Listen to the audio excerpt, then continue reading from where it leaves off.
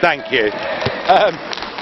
Look, nobody in their right minds would not agree that it was a sensible thing to do to get France and Germany together round the table to break bread with each other, to have a trade deal with each other back in the 1950s, and to work as sovereign democratic nations together for peace. All of that was absolutely right and high-minded. Sadly, the whole thing has become corrupted.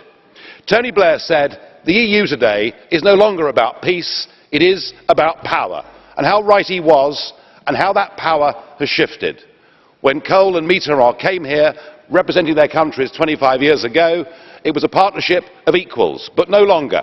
France is now severely diminished, trapped inside a currency, frankly, from which she can't recover, and the French voice in this relationship and in Europe is little more now, frankly, than a pipsqueak. We're living, and it's an irony, isn't it, that a project that was designed to contain German power has now given us a totally German-dominated Europe. Just look at the euro. Germany has a currency that is undervalued by 20%, a growing and massive trade surplus, and most growth in the German economy since the collapse of 2008 has indeed been in exports to other Eurozone countries, such as your very big arms sales to countries like Greece. And when we have a general election that says a country like Greece wants to change direction, well, I'm sorry, but that now must be brushed aside because the Germans don't want it. And what must count as perhaps the worst piece of public policy seen in modern Europe for half a century, when you compounded the already failing and flawed EU common asylum policy by saying to the whole world, please come to Europe, and we saw, frankly, virtually a stampede, and we learn that 80% of those that are coming are not Syrian refugees. In fact, what you've done is to open the door to young, male, economic migrants, many of whom, I have to say, behave in a rather aggressive manner, quite the opposite to what you would ever expect to see from any refugee. And yet when that failure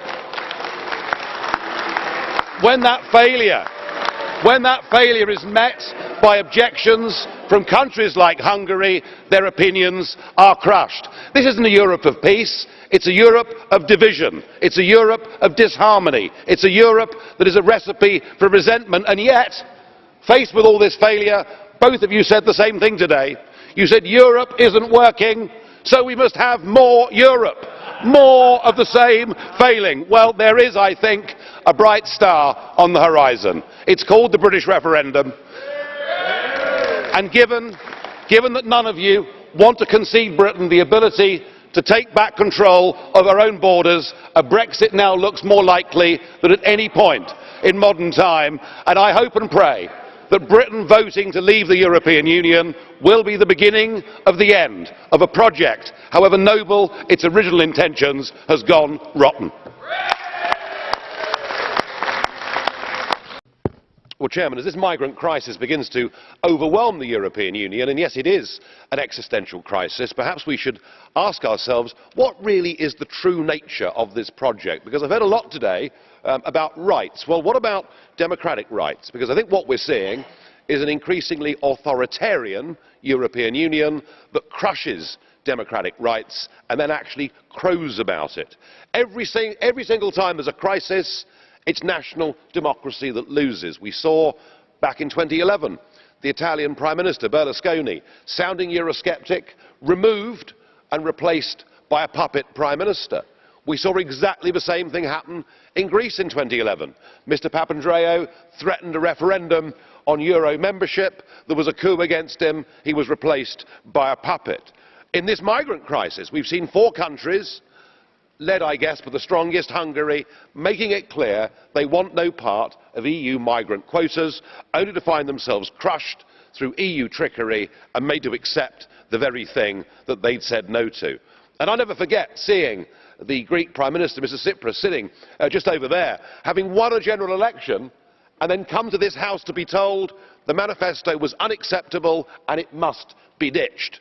But I think all of this has reached a new low this week with Portugal, virtually unremarked upon by the media, and yet for those that don't know, there is now, following the general election, a left-wing majority with a socialist plan for Portugal, and yet the President of Portugal, Mr. Silva, is refusing them office on the grounds that they represent anti-European forces and is allowing the minority Conservative pro-EU Prime Minister to stay in place. This is the modern-day implementation of the Brezhnev doctrine. This is exactly what happened to states living inside the USSR. What has been made clear here with Greece and indeed with Portugal is that a country only has democratic rights if it's in favour of the project. If not, those rights are taken away.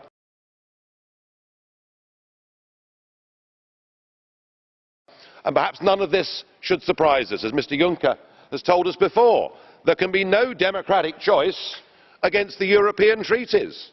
And the German Finance Minister, Mr. Schäuble, has said elections change nothing. There are rules. I think for anyone that believes in democracy, Portugal should be the final straw. It should be the warning that this project, to protect itself and all its failings, will destroy the individual rights of people and of nations. My country has always believed in parliamentary democracy so strongly that twice in the last century it risked everything to fight for parliamentary democracy, not just for Britain, but for the rest of Europe too. And I actually believe that for all of us that believe in democracy and want to see it re-implemented, the British referendum offers a golden opportunity.